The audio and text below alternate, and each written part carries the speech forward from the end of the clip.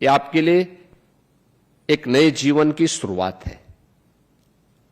यह आपको इस बात की प्रेरणा देती है कि सफलता मार्ग परिश्रम से निकलेगा, शॉर्टकट का मार्ग अपनाने से नहीं निकलेगा। याद करना, शॉर्टकट का मार्ग हमेशा कुछ दूरी तक आपके लिए सहायक हो सकता है। एक लंबी दूरी तय करने के लिए आपको सही रास्ता अपनाना पड़ेगा और उस लंबी दूरी के लिए परिश्रम के अलावा कोई विकल्प नहीं हो सकता है। और याद रखना, जीवन में परिश्रम का फल कभी व्यर्थ नहीं जाता है, उसका फल जरूर प्राप्त होता है, अवश्य प्राप्त होता है। निर्भर इस बात पर करता है कि हमने परिश्रम किस भाव के साथ और किस मनोस्थिति में किया है। हम उस दिशा में ईमानदारी के साथ प्रयास करें। दोस्तों, मैं इन छात्र छात्राओं से जरूर कहना चाहूंगा, आप अपने अभिभावक पर अनावश्यक दबाव मत डालिए स्मार्टफोन के लिए। स्मार्टफोन उसके लिए बहुत अच्छा होगा कि आपको अगर बहुत कुछ करना है, आपको कुछ, हम लोगों ने टैबलेट उपलब्ध करवाया है। डिजिटल लाइब्रेरी के साथ आप जुड़िए, अपने पाठ्यक्रम के साथ जुड़िए, समाचार पत्रों का अध्ययन जरूर करिए।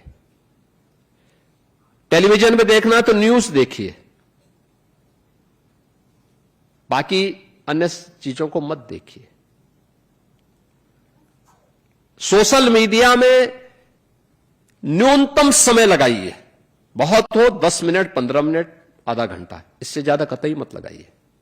आप जब उसमें घुसेंगे, उलझते जाएंगे, उलझते जाएंगे, उलझते जाएंगे, पूरा समय व्यर्थ हो चला जाएगा और रिजल्ट जीरो आएगा, यानी उसका रिजल्ट ही जीरो है। ज्यादातर कंटेंट झूठे होते हैं, अफवाह होती है,